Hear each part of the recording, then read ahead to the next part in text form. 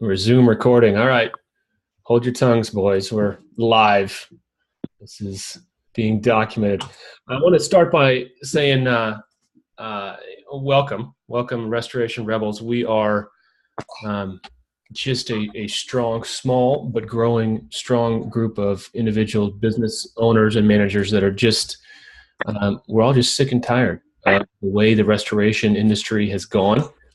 And we want to take the reins. And that's why we're all here. So I want to tell you my take on the industry and this group. And first and foremost, we are policyholder insured, homeowner centric. We focus on our client. Well, first, we should all be focusing on our families, and then our businesses, and then our clients. And somewhere down the line, 5 or 6 or 7 spots down the line, there might be an insurance carrier or an adjuster, but they are not our primary focus. They are not our primary customer. And our businesses should reflect that. So I'd like to start today by reading the agreements as I've come up with them. And at the end of our meeting, Restoration 2.0 Summit this year, we will have a refined group of agreements that we're all going to agree to abide by as a group, as a group of an alliance, that this is going to be our core values. But keep in mind, these are just mine for now, and they're very open to changes. So agreement number 1, I will protect the value of my services and the services of my industry by never giving them away. Industry standard pricing will be used and adjusted accordingly to local market realities. I will never provide free comparison estimates, as these only serve to erode the value of estimating services industry-wide. Agreement number 2, I will practice incredible communication and transparency with my client, the insured, at all times. I will explain the claims process in detail. I will never hide pricing details. I will never communicate with an adjuster without also communicating with my client. Agreement number 3, I will be an active member of the restoration community. Oh, Clark just went in and out. Clark, we got some mad feedback on that. Turn your speaker off, bro. Somebody's getting some mad feedback. I'm gonna mute everybody in here and then restart. There we go. All right, I'm almost there. Agreement number 3, I will be an active member of the restoration community. I don't believe in competition. The restoration companies in my market are part of the same community. We are on the same team. It is our unbreakable unity that will create the change that we strive for. Who is still on here? Hearing mad feedback. One more. Agreement number 4, I am willing to walk away from any project client agreement that is not compatible with my company and personal values or stated mission. No relationship, business or personal, is worth taking part in if it requires losing money, sleep, or my humanity. Can we get behind that, y'all? You can unmute yourselves. Okay. Welcome. I'd like to start with a quick roundtable. I want you all to introduce yourselves real quick, who you are, name of your business, what part of the country you're in, and we'll keep it at that right now because we want to really keep moving and keep things active. So let's just start in the list. I'm just going to go from the top to the bottom because I think it's pretty arbitrary. Bob, where are you from, Bob? What's up? My name is Bob Timmel. I'm from Buffalo, New York. My name of my company is Disaster Relief. Perfect. And how long you been doing this? 18 years. 18 years. All right. You're a veteran. I like it. All right, Robert. We know who you are, but for everyone else, why don't you introduce yourself? Robert Kiefer, H2O Pro. I'm out in Delaware. Been in the industry for 17 years. Perfect. Sam, welcome, Sam. How you doing, buddy? Good, man. You? Good, doing well. Thanks. Good. Sam Fernandez up in central Idaho. Resto North. We are about 12 years in. Perfect. All right. I don't have a name here. 260-410-2940. Who's that? What's up, Andrew? It's Chris Laney. Hey, man. Welcome. Introduce yourself. Chris Laney, Water Out, Fort Wayne, It is. Indiana. Chris. We've been doing it about 15 years. How do we let you? I mean, how do folks like you get in on this? Come on, there's got to be some quality control. And Clark sent me a text, but I think it'd be his fault. He's too trusting, that guy.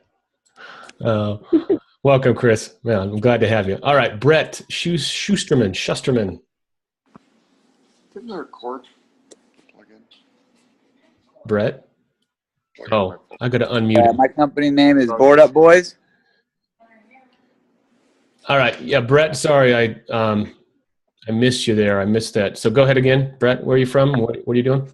Los Angeles, California. I do emergency services, water remediation, and mostly board ups. All right, board ups. That's a great way to get business. I like it. Welcome, Brett. Thank you. Okay, we got Chris there. Edward. Oh, I'm going to unmute Edward. Edward, how you doing, bud? Doing good, man. How you doing? Doing well. Why don't you introduce yourself? I'm sorry, what? Introduce yourself. Where are you from? What are you doing? How long you been doing it? Edward Conley, Ultra Dry Restoration out of Indiana, East Central Indiana. God, I've been doing this since I was 6. Well, yeah. So me too. But we do mostly restoration work, mitigation work. We don't really do any reconstruction or anything. Mold remediation, and then we do crawl space and basement waterproofing as well.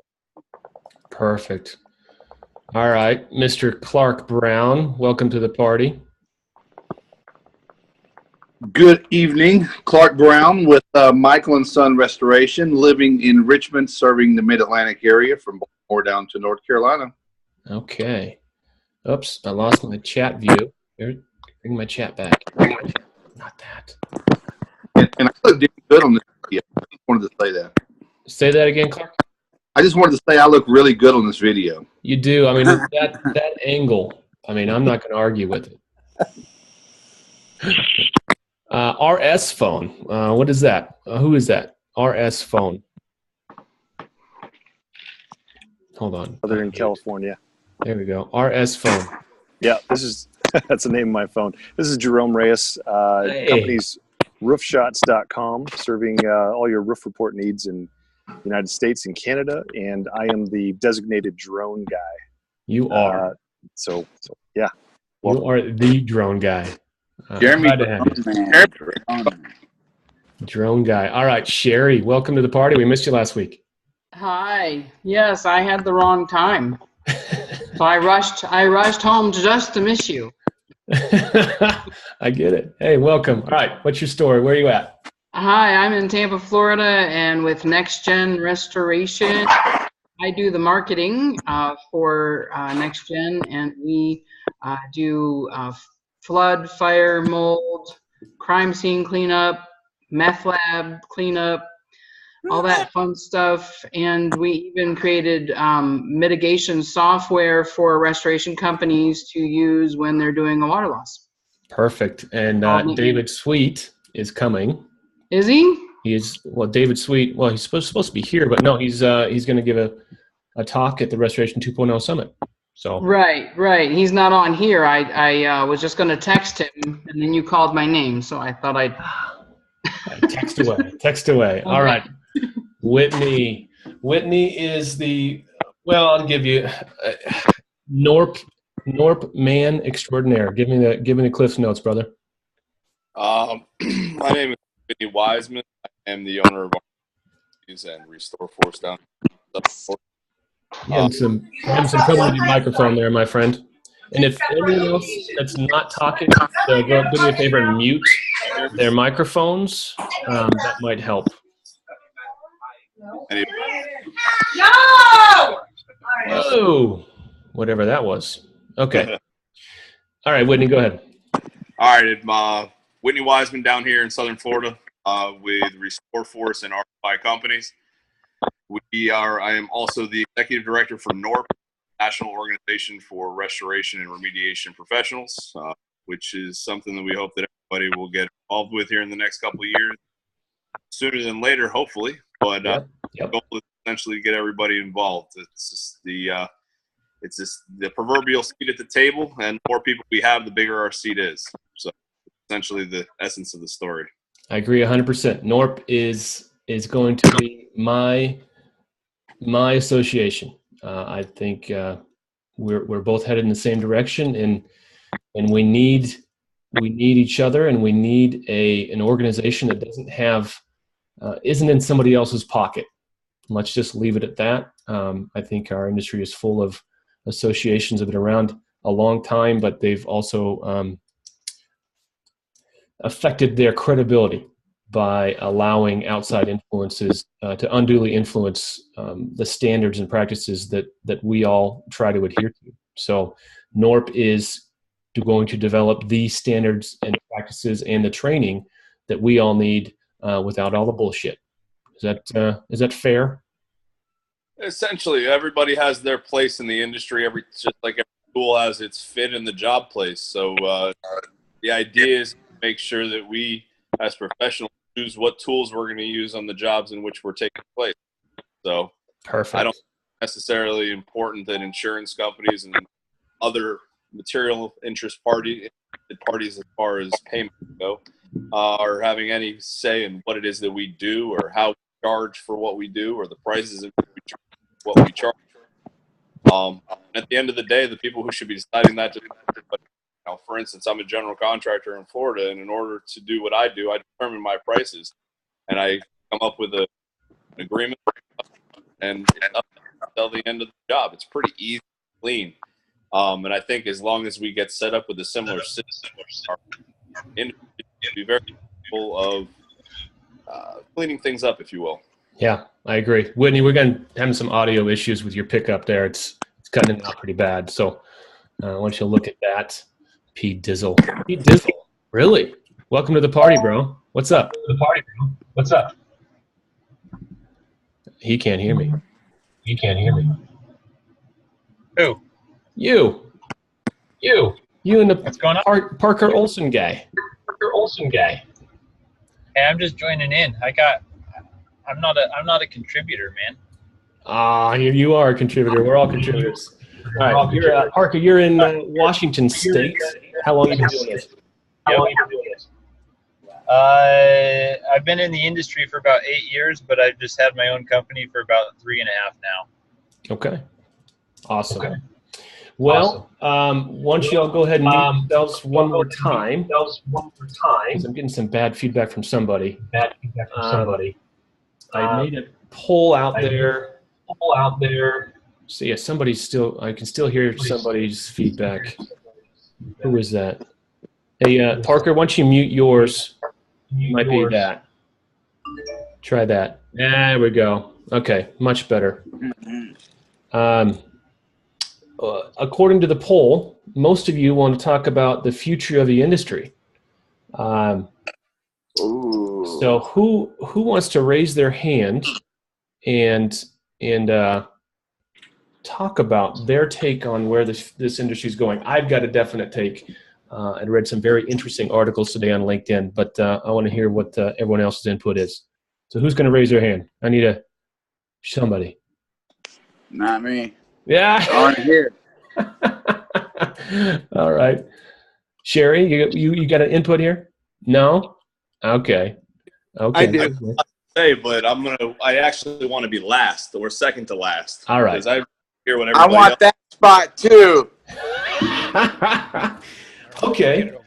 Fine, y'all. Oh, you will? We don't want to piss everybody off with our opinions. All right, Sam. Sam, why don't you lead us off? Up in Idaho here, we don't have some of the industry issues that we did back south. I'm from Tampa, Florida originally, so I've been around seeing some of that stuff. Idaho still has a mixed area. You have higher price contractors such as us restoration folks up here, but you still have a variety of homegrown contractors that Idaho's a very bootstrap. I don't know if you know that term, but pull yourself up by the bootstraps, do it yourself type of thing. Mm-hmm. And so most of the people up here don't, when something happens, they think it's their fault, or they think well, I need to take care of it, or insurance is there to maybe help me a little bit, but not to actually solve or put me back to a pre-loss condition. And so in that methodology of it, the adjusters are having a field day and are living their lives because if you don't have a restoration company charging proper rates for doing the full project, where a lot of the contractors up here they're not trying to screw the companies, nor are they trying to screw the individual. It's not that. It's just that they don't. Oh, hold on. I accidentally muted you. I'm sorry. Hold on, Sam. Where are you at? Unmute. Oh, man. You can't take this guy anywhere. Who is this? Apparently. Just crazy. I was like, oh, it's stream No, thought. I really liked what you were saying. Exactly. Get out of here. So what I'm hearing is you've got people, the majority of the people in your area actually want to take responsibility for their clients. Exactly. And solve their own problems to a certain degree without shoving it on somebody else. Okay, continue. So they've got that. And so adjusters, when they run into. All right, who's not muted? Come on, people. Who's not muted?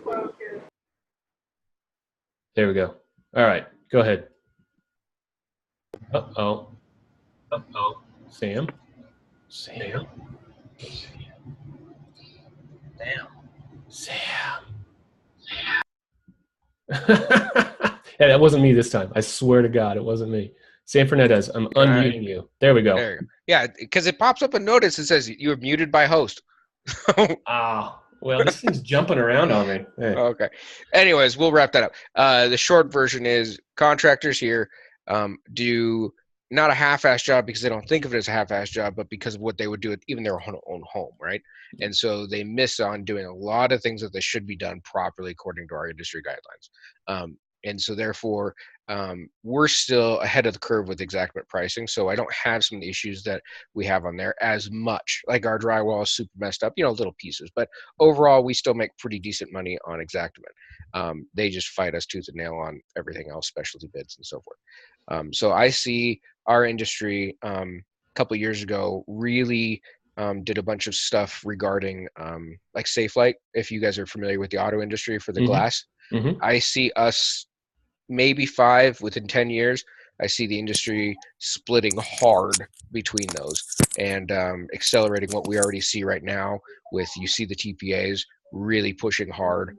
You see, I'm there with many clients when they call their insurance and the insurance lies to them, talks to them, you name it. You've all been there. You've seen it. You've been in the industry long enough. You all know. That type of stuff. And I think that's just going to get a lot more pressure. They're going to get a lot more scripted. They're going to have a lot more $10, $12 an hour employees on the phone saying, no, you have to use our preferred person because of this. And so it's going to be program vendors. Yep, program vendors. And we're going to have a lot of education, and we're going to need to come up with, and I'm not the guy for the brainchild for this portion, but what I think is really powerful is if the minds here together in the summit or wherever that is can come up with some sort of education piece, right? We can all individually educate our customers as we go through, but what kind of job fair at the fair, something where we can start getting the news out to a lot of people about the fact that the insurance is not on your side, that the restoration contractors, do your research, find the good one, right? Look on Google, review it, find it ahead of time. So when the unthinkable happens, you can know who you want to use instead of, holy crap, it's 2 a.m. There's water everywhere. Hit the phone. Oh, it's the first person that pops up, right? That happens all the time. Yeah, and I don't think it's going to take 5 years. I think we've started to see that. It's going to happen soon, and then the disruptors are going to come in. But that's a different story altogether. All right, who wants to chime in on? Chime in on that. Yes, yeah, I need more good ideas. So you hit one good point. We got one good point. Let's go to the next one. Yeah, that's what I like to hear. There you go, Clark. Andy, I got it. I'm going to come at it from a different angle. I have been in this segment, this restoration of residential small commercial for 15, 16 months. So a lot of you guys have a lot more scar tissue, and y'all seen a lot more of the gradual curve of change.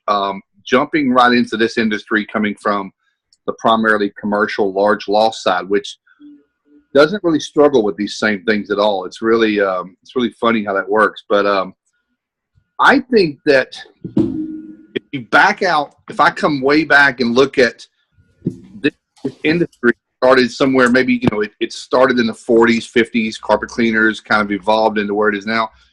I think technology, people on both sides learning a lot of things about the industry. It's almost like a lot of data and statistics have been gained. These adjusters and insurance companies have taken a lot of hits from different cyclical seasons and mold and this and that, and a lot of ramp ups of a lot of restoration companies. I think that they have everybody's trying to start figuring out things, and they're looking for a better mousetrap. A lot of stuff is becoming automated. TPAs are getting larger and larger and larger and more powerful. Everyone's looking for cheaper, and I think these kinds of pressures are causing contractors to start cutting corners, skimp on education. A lot of people are looking at products that kill mold instead of removal, just to try to cut some corners. So I just think cover it. I mean, cover it up, or paint it, or even pretend it's not there. Say I'm gonna run an ozone for 2 days, and be gone. Everyone's reacting to the pressure instead of just standing firm, and I think it's very specific. And it's probably a lot of industries are doing the same thing, that are going through the same problems. But it's hard for me to put that into words. But I just see it. The insurance companies have figured out, long ago. I always say, I think the programs and TPAs probably started with good intentions, probably looking for qualified, vetted, professional people to refer to their kids. I think I'm going to give them that. I'm going to give them the fact that I think that they started with good intentions, but they quickly saw the opportunity for that to be a profit center for them, and started to engineer what we're starting to see more of today. I don't know if that's 10, 12, 15 years ago. I don't know the history of programs. Maybe it's 50 years. I don't know. 15, 16. Yeah. And it started as insurance companies had a genuine, I want to say, I'll give them the benefit of the doubt as well, Clark. They had a genuine desire to better the customer experience, and how better to improve the customer experience and to control more aspects of it. And what happened is the TPAs, instead of going down that road, they said, well, we're going to sell our services to all the carriers, and we're going to promise this X percent. We're going to promise 10%, 15%. And then that became the goal, not the customer experience. So that's where it went right off the rails right away, is screw customer experience. We're going to give them the 15% discount or savings that we promised them, because we could automate it and find efficiencies. Well, they didn't find shit for efficiencies. They found just way to cut bills. I also think that there was a time when insurance carriers were competing against each other for a space in the market. I don't think they are anymore. I don't think they look at each other they look at us as competition to their bottom line. Yep. And that puts us in a defensive situation. We all post about the angry adjusters. We end up spending, and I teach my staff and my managers, don't spend your good brain power focusing on the adjuster. You're expelling hours and hours and pounds of energy to something that really is not going to change things at your level at this time. This one claim. Let's work on it from a more grassroots build up. But put that energy into your customer and just do your job and go on to the next one. So I just do think we've become frantic and manic about a lot of these topics, and we're taking our eyes off the ball sometimes. Yeah, I agree with Whitney a lot on his focus of education and training. And I think as we're in these groups and as we're all communicating and sharing ideas, we identify how ununified we are in our standards, and in everybody's not doing anything, not even close to the same in some cases. No, we assume we are. We assume that everyone's doing it the way I did it. Sure. And it's not true. No, it's not true. So those are some of my points. I mean, obviously there's 1,000 of them, but if the answer to that question is, I think that, and it's getting worse. In the year that I've been doing this, I've seen it continually to just exponentially grow, almost like a Richter scale. After 5.0, the earthquake is larger. Yeah, I think every month. I think you're just more attuned to it and more exposed to it. It has. Because of you. Well, yeah. I mean, it's his proximity effect. I mean, you got to find new friends. I would interject with Clark, though. I'd say as well that I totally agree with you on your large loss. Doing that, they're dealing with. We have some of that up here with some of the large affluent clientele. The adjusters, it's super easy. It's super, it's a refreshing breath of air. When they come in, and it's like, oh, yeah, you're fine. In fact, you probably, I wrote my estimate. I was $5,000 over yours. It was like, wait, what? Okay. Yeah. Well, I mean, and this conversation has morphed into a topic about TPAs. We started with the future of the industry, but the plain and simple fact is the TPAs are a big part of the future of the industry. It all goes hand in hand. I mean, there's so much involvement and so much connectivity. At the end of the day, we can't separate ourselves from everybody else that's involved in the major, if you will, overall operations of our industry itself. We have to essentially just get ourselves a seat at the table rather than sitting down here and letting everybody point us in the directions in which we're going. I mean, at this point in time, you can go to an IICRC. It doesn't matter what class you go to. Every single instructor has a different course manual. Every single course manual has a different focus, and every single class you end up leaving with a different ideology on the same ideas that are supposed to be pushed through the same classes that should have been essentially more regulated. At the same time, you're able to walk away with a different viewpoint from every individual, which in my perspective, I like seeing everybody's viewpoints.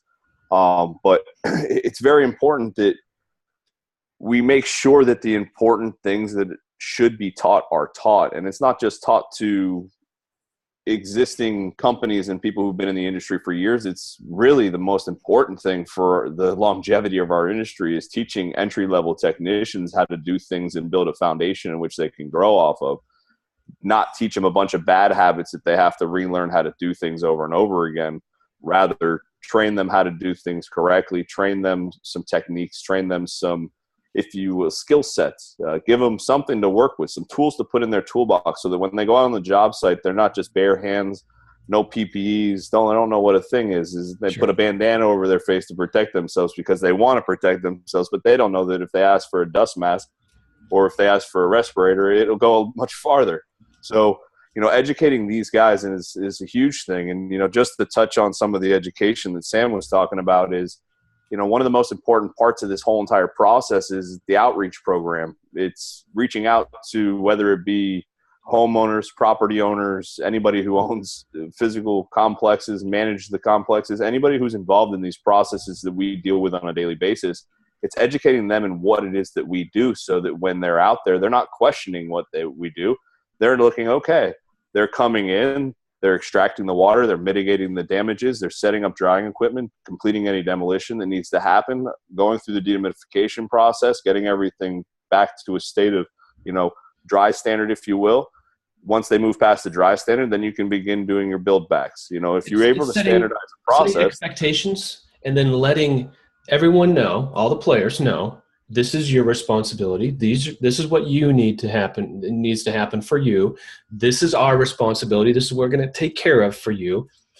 Once everyone understands their roles and their responsibilities, it's more easy for them to stay in their lane. Exactly. And there will be a lot less accidents on the highway if you want to go to that terminology and you want to go ahead and run down that route. Exactly. I talked to a lot of people and we kind of had this discussion. We've been talking about documentation today a lot in the different group that we have a little chat. And one of the biggest things is, some people are more so, I guess you could say more so concerned with the amount of documentation. And I think it's all based off of how much pressure they get from the outside world, or if you will, the insurance companies, insurance adjusters.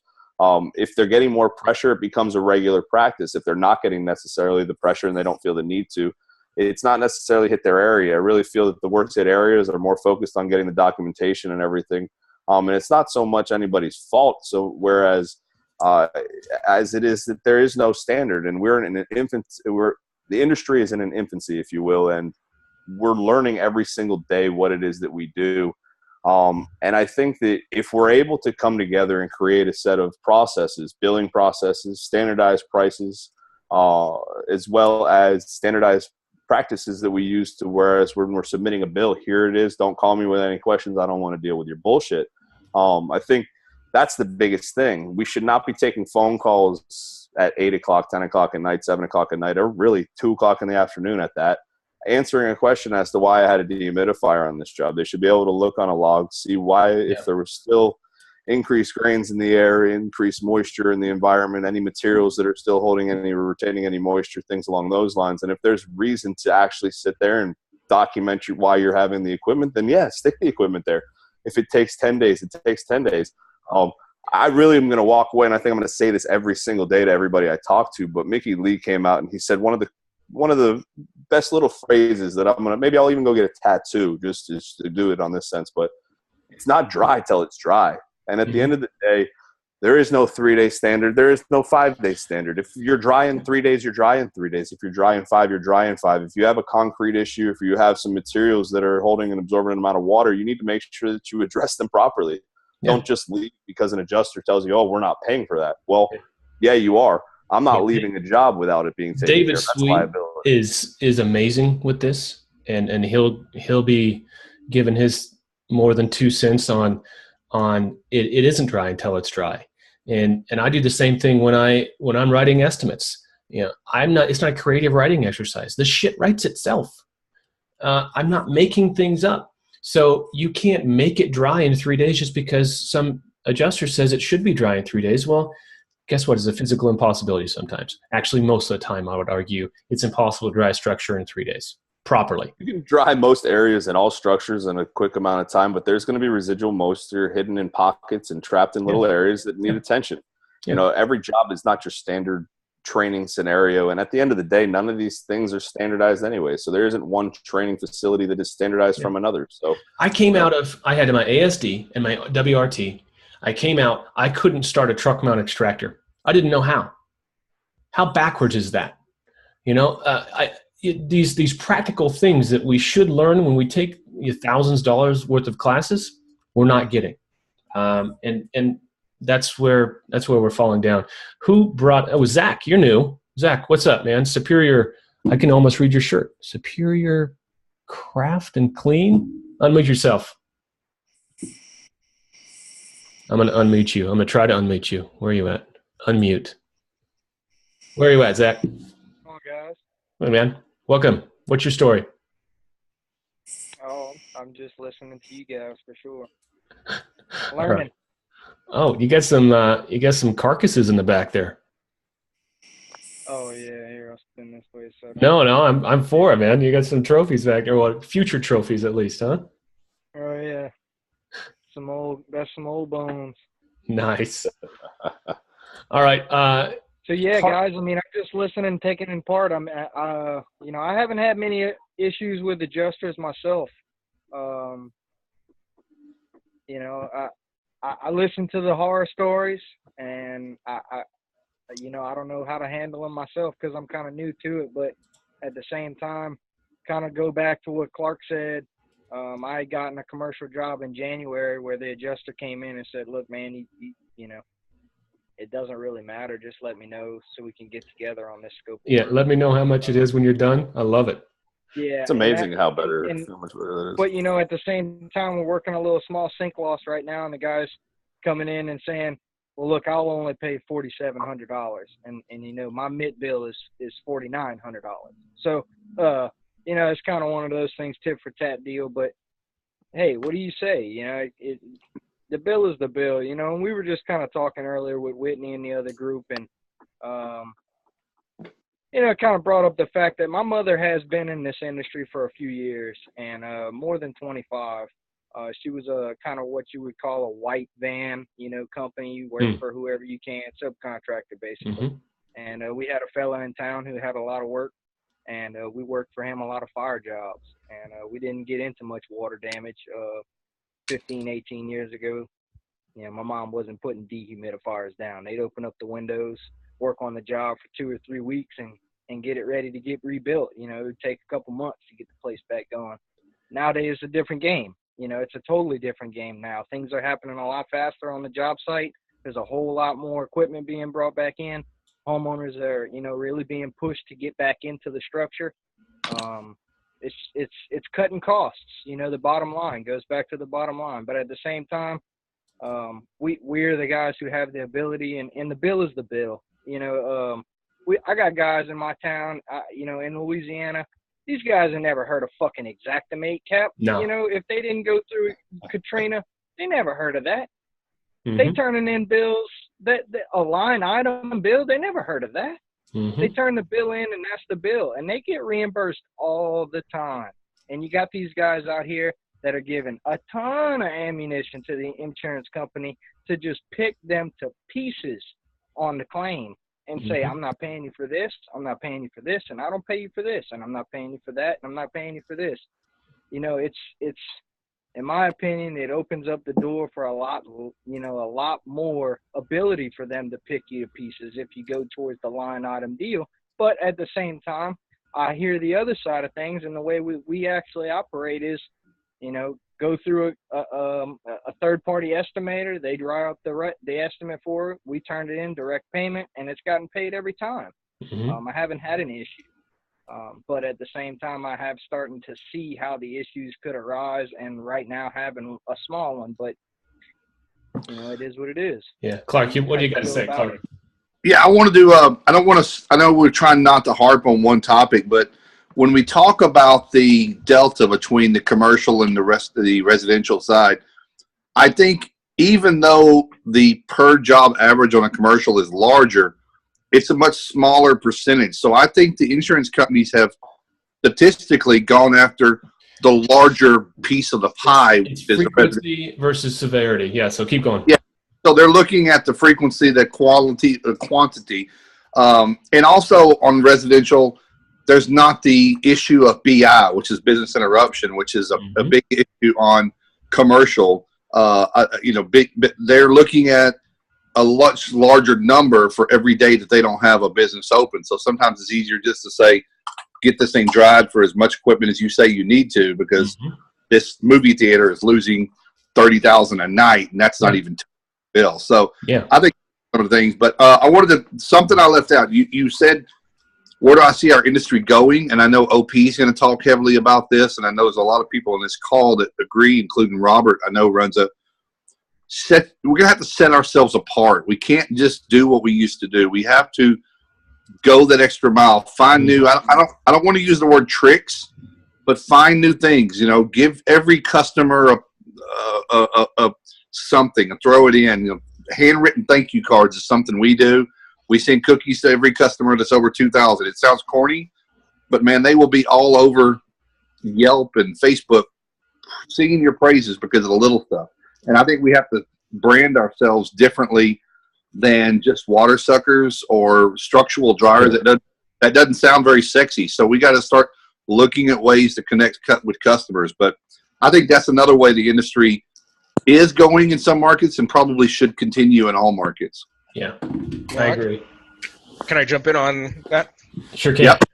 So actually, I was going to say Clark's tying right into Zach with two parts on that. One with Zach, we had struggled with something similar to that a while back about, and it was refreshing to come upon Restoration Alliance here, where the adjuster comes back to us and says that we don't pay X, we don't pay Y, we don't pay whatever, and it was refreshing to hear other people saying the same stuff. Well, that's unfortunate. I understand, but our bill went to the client. You probably should talk to your insured about the fact that you aren't going to pay X, Y, Z, whatever, and explain to them why you don't want to pay for this to protect their house. But it's not my deal. I'm not agreeing to that. I don't care. I needed to do X, Y, and Z, and here's why. And I told the client this already. And backing up a step ahead of time, we always do talk to the client ahead of time to try to get them on the side with us and say, hey, look, they're going to go through. Their job as an adjuster is to adjust the bill down, and because of that, they're going to try to call us the bad guy. We're going to pay you back to a pre-loss condition. We're going to make sure you're okay, and we're going to do this the proper way, and we're not going to cut any corners. And because of that, your insurance is going to have some issues. Not issues, but you do phraseology is better for the sales guys out there. But the point is that. And then jumping in with what Clark said about setting yourself apart. We haven't got them done yet, but we've been really trying to come up with, and I would love some help from any of the guys here. Whitney, sounds like you're really involved in this. Obviously, Andy's been fantastic. The brochures. We want to be able to go into the client. One of my favorite phrases is, for my client, it's a second or third worst day of their life, right? For us, it's a Tuesday or a Wednesday or whatever it is. With that, if we're able to say, they called us in a panic, they're in a mess, and most of our stuff is really big jobs up here, and their house is destroyed. It's not just a kitchen. For us, they weren't here for 2 months, and so most of their house is gone, right? And so they're just, oh my gosh, what happened? And so they don't think, they sign the contract, they do all that, whatever. But what I want to be able to do is drop off a couple pamphlets with them, say, hey, we're going to be back in touch with you guys again. Our guys are going to be walking you through the whole project, the whole thing. They listen. But it'd be wonderful to have some written material that they can go through and talk about the fact of how the payments work, what this is, how we do it from our side. And if we can get written information into most people's hands ahead of time, it not only brings us an air of credibility, but an air of professionalism to move ahead and say, hey, look, so that way because they don't know if they're going to trust random Joe Blow contractor that maybe has 5 stars on Google, maybe has 3, whatever it is, or their insurance company that supposedly is taking care of them because they've been with State Farm for 20 years and they've never had a claim, and of course they love them and their parents have been with them and yada, yada, yada, et cetera. So if we have something in writing and say, hey, look, here's the pamphlets, here's what's going on, here's our reviews, here are testimonials, this is the payment, this is, that type of stuff. And then the insurance comes in and says, oh, well, they're a really bad company because they want to overcharge and so forth. They have something already in hand from us. We're not trying to fight the backside. We're trying to get in front of that whole situation. I call it inoculating. You want to be able to inoculate your client. And the biggest thing we fight against is the cognitive dissonance of this company spends billions of dollars a year. Okay, hundreds of millions of dollars a year advertising to everyone. We are the shit. We are the best company. We are in good hands, like a good neighbor, blah, blah, blah, blah, blah. We do the right thing because we advertise at the Super Bowl. And people buy into that, and they want to buy into it because if they believe their insurance company is really not going to take care of them, that really makes them look like they made a bad decision every month for the last 25 years when they mailed in their premium. And the hard part is negotiating and getting through that part of it of, no, you didn't make a bad decision. Guess what? That's everyone. It was hard for you to make a good decision. There's, unless we're agents and brokers, we can't, we're just going to paint with a bit broad brush. Hey, guess what? This is a tough industry. This is a tough thing you're going through, and I'm sorry you have to go through it. Here's how my company is going to help. Here's how you can help yourself. And we give them the tools. We inoculate them. I like one of my best mentors said, we got to predict the future. And then you look like a magician. So when you come into a loss and you say, okay, well, I'm going to estimate this loss, and we're going to come in about 25 grand, but your adjuster's going to say it should be 15. And these are the main points he's probably going to argue with. When the adjuster comes in at 15 and he names off 1, 2, 3, 4 items that you already said, hey, they're going to have a problem with this, guess what? Whose side are they going to be on? Like, oh, well, Sam said this was going to happen, so I trust him more and more every day. We've got to inoculate them, and that's I'm all for, and I'm going to put together a playbook, if you will, that goes beyond. You remember, you guys ever deal with that Fugazi "What to Do After a Fire" pamphlet? You guys ever seen that? I mean, it was when I was starting. That was all they did. It was like the same pamphlet, same boilerplate that every company copied. What to do after a fire? Wash Can down. you hear me? Yeah, I can hear you. Who's this? This is Bob Timmel. Hey, Bob. How you doing, buddy? Hey, welcome. Well, you're catching us midstream, but Bob, why don't you introduce yourself? No, I did already. Oh, you did? I Okay. did. I've been here since the beginning. I've been sitting back and listening. All right. I would think a majority of everybody here has a website. So why don't we put some of these in there on our website, which I've done on mine, that we're not working for the insurance company, we're working for the customer. We're looking out for your best interest. Little blogs and stuff like that to put in there. along the way, so you don't have to. Let them inform them they don't have to go their preferred vendors.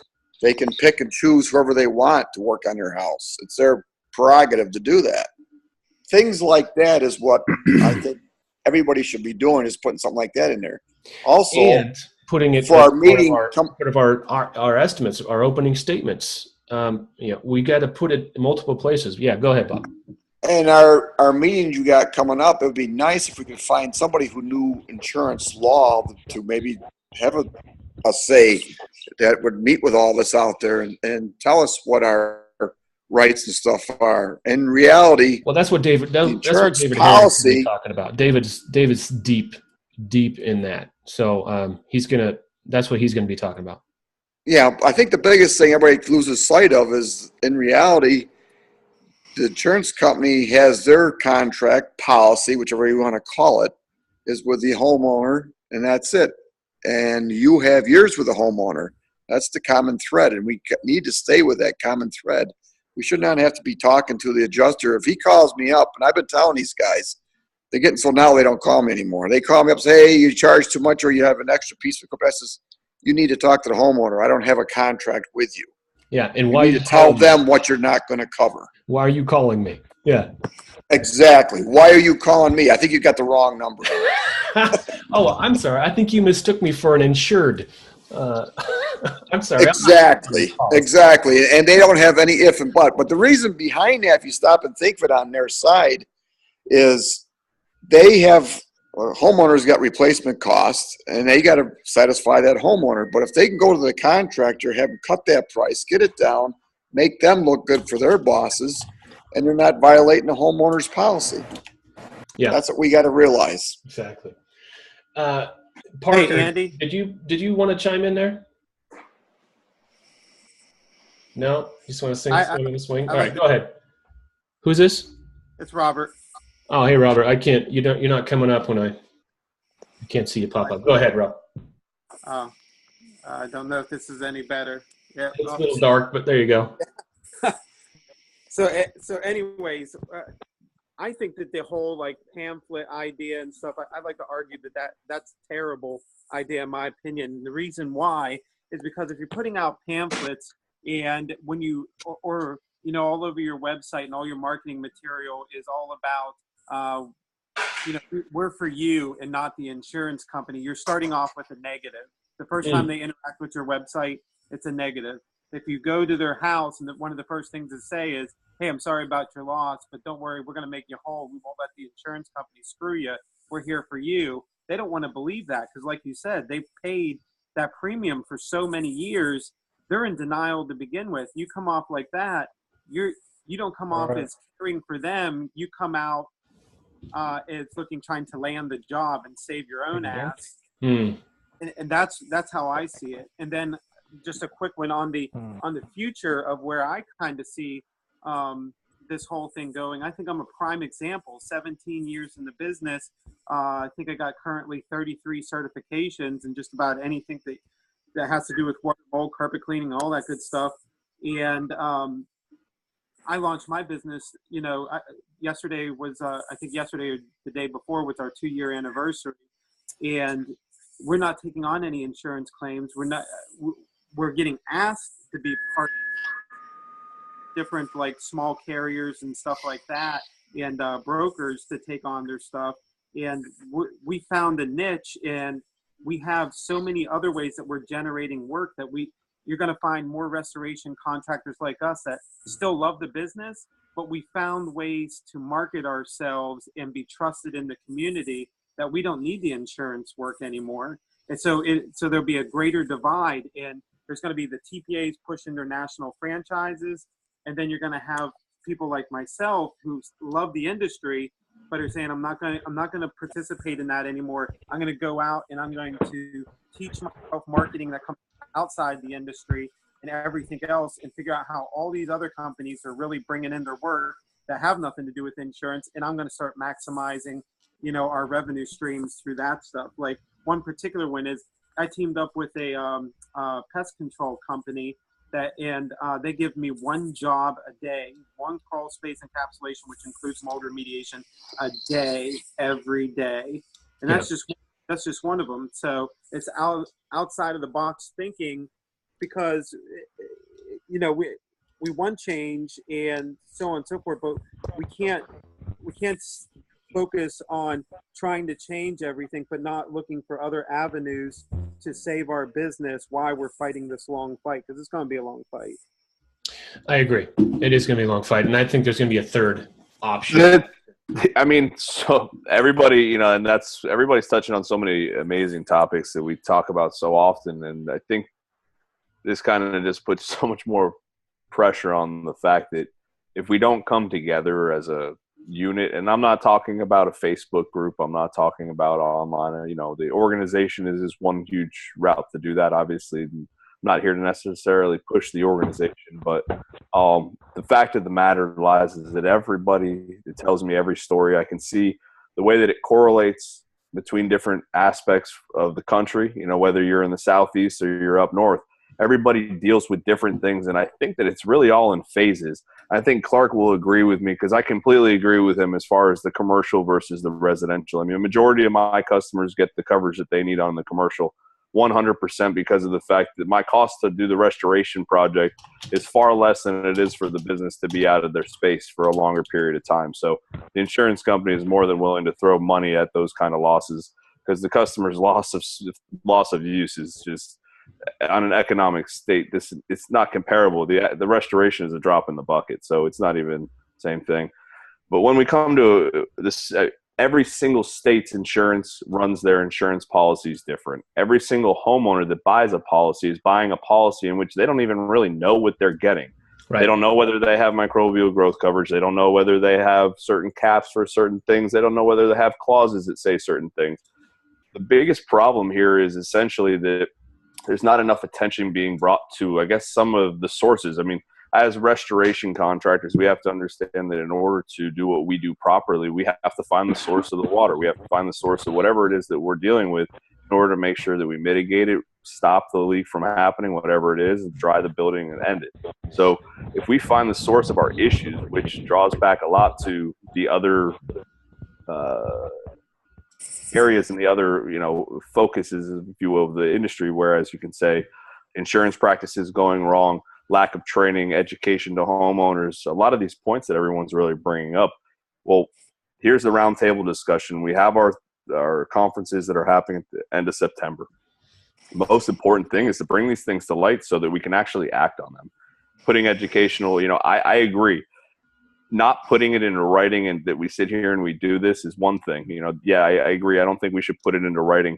But having education available to homeowners so you can direct them to watch these videos, if you will, direct them to get this education that's needed so that they can essentially look at the same information that you're trying to put to them, so that they say, all right, I'm supposed to have a guy here that shows up with a big silver shiny piece of equipment. It's called dehumidifier. And then he's supposed to put a whole bunch of other things around it. That's called air movers.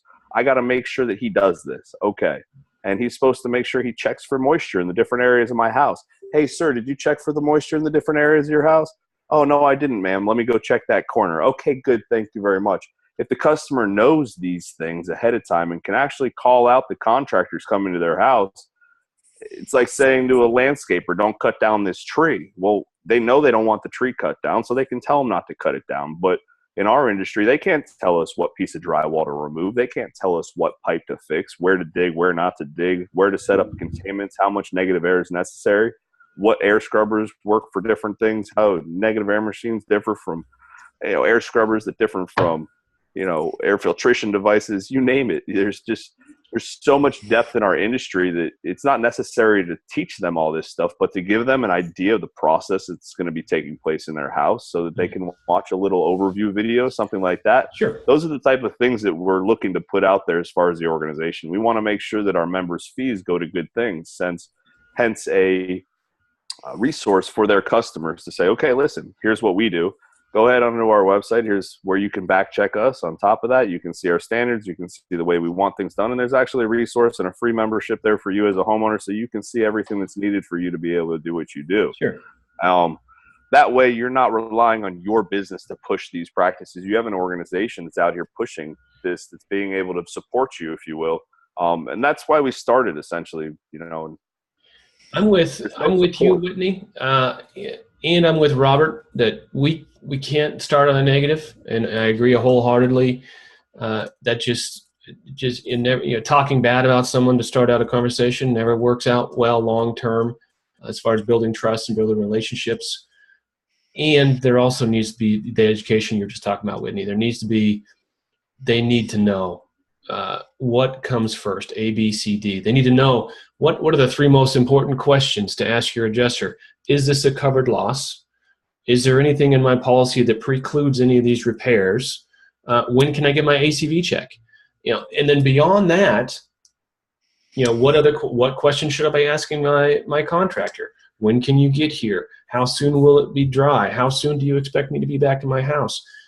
We can distill it down to very simple things without bashing on anybody.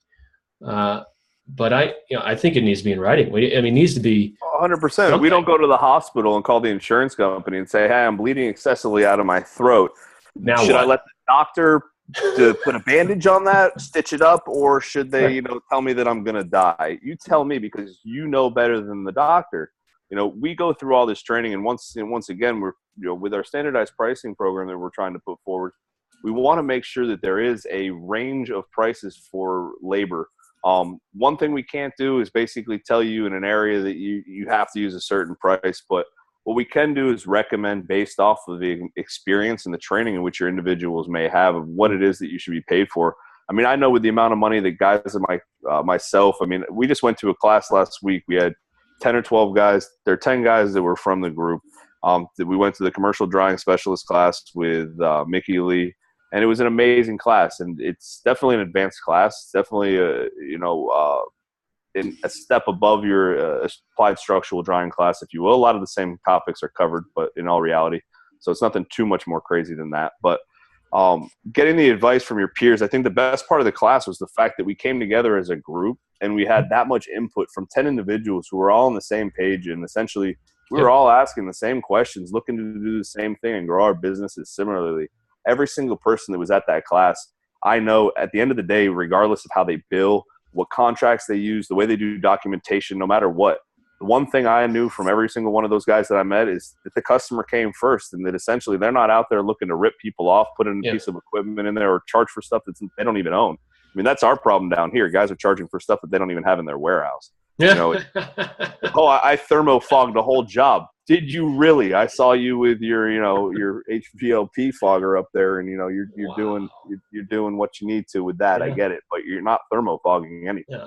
And that won't fly. We are not going to accept that. That falls below our standard of care, and we're not going to accept that. It is what it is. No more, no less. We're going on an hour here, so I'm going to, if anyone else has some very burning points, very poignant burning points, speak now or forever hold your peace. Hey, Andy, if the carriers like the TPA so much, why don't we set up a reverse TPA where it's something like NORP that has the estimating and all that stuff, and they run the job, and the restoration contractor sends all their paperwork and documentation to make sure everything's in line to a national standard. That's exactly what I'm talking about when I said a third option. I alluded to a third option. That's exactly what is going to happen and is happening. So I'm going to end with this. I read an article about Lemonade. Lemonade is an online digital insurance carrier. And this guy wrote an article about how this Lemonade insured had a renter's policy, and they had a loss that Lemonade was subrogating back to the carrier. And this guy, obviously everyone at Lemonade they're not from the industry. They're not used to this treatment, but he was getting read the riot act from this other carrier he was trying to subrogate against. And this article on LinkedIn, and I'll link it up here, it was essentially, what part of this process helps the insured? What part of this claims process, this dance that we do, the multiple emails and phone calls and jabbing and jiving, what part of that actually helps the insured feel better and get back in their house? None of it. And that's where folks like Lemonade are. They're eliminating all the bullshit. They are straight to it, straight to consumer with there's no insurance. They don't have insurance agents. They don't have brokers. They're straight to consumer, and they're handling the claims process in a very different way, which says, what did it cost? Here's your check. And there will be a white hat or third-party TPA involved to a certain extent, because I don't think companies like Lemonade can set up the entire process, soup to nuts. They're going to need some help, and I think that third option is going to come in. Yeah, Ken Larson, actually, believe it or not, Ken Larson had a really good idea that he's come up with. I don't necessarily know if it's the third-party inspectors. Yeah, I'm behind it. The third-party inspector. Yeah. I think that there might be too much focus on the actual qualifications and credentials, more so than the actual purpose of the role. The purpose is to be that third party. I think if you took that idea and had a non-profit, non-partisan approach to whereas essentially the insurance company has its third-party appraisers or its appraisers that work directly for them. Well, as a restoration contractor, as a member of NORP, I have the ability to call upon these guys to get an appraisal on my job. We can be third party, but that is two opposing sides. And what Ken Larson is talking about is this third rail. It's not necessarily two opposing sides. We are what I would hope to be, maybe if you're going to, this is not a for-profit thing. This is the only person that should benefit from the services of what we provide is the homeowner. The homeowner should make sure that their claim is being taken care of by the professional 100%, and B, that their insurance carrier is covering them based off of the coverage in which they have set in place. You can't yell at the insurance carrier for writing them a policy because essentially it was an agent that wrote the policy, and they're just sitting there with whatever contract that they have in place at that point in time. So there's other issues that need to be fixed outside of this issue there. Yeah. But these are things that I think that if we put a standardized body of professionals to whereas we have a board, if you will, of members that can review these things and give opinions, and those opinions could essentially be backed up and taken all the way to the point of being to court, whereas we use guys like Ken Larson, myself, have guys like Aaron Foreman, or you use Mickey Lee if you need to, and get guys out there like that are big names in the industry that can write good reviews on people's services that they're providing and back up what they're back it up what it is that they're doing. Yeah, and if you're not doing work with the mindset of it's going to end up in court, you're not doing enough. So Sherry, all right, Sherry, you raised your hand. Good for you, girl. What's up? I just real quick, David Sweet at MIT Consulting, actually what we're doing is we're hiring consultants that can come in as building inspectors to make sure that the property got dried properly, give you the documentation that backs you up and protects you from getting sued, or if you get sued, shows what you did on the job, and protects the client so that they get dried, protects even the insurance carrier because they don't want to leave a property wet, but protects everybody. There's a gaping hole. I mean, you have the Young and Associates, you have the McLarens, you have ABC companies, construction consultants, but they work on one side. Gaping hole in the market on the other side, just huge. It's going to come to that, and there's going to be an app for that. So, with that, I'm gonna wrap it up. Thank you all for coming. We're going to do the same time next week. I think it's worked out better. We got more participants at 8 p.m. Eastern, 5 p.m. Pacific. Does that work out for everybody? Thumbs up? Yes? Yeah. Okay. I'm going to put out a request for a topic sooner than an hour before, and we'll do it again next week. Until then, keep up the good work. If there's anything you need, you know how to get a hold of me. You know how to get a hold of anyone in this room, and we're all here for each other. Right, y'all? Right. All right. Bless. Thanks, we'll see you next week.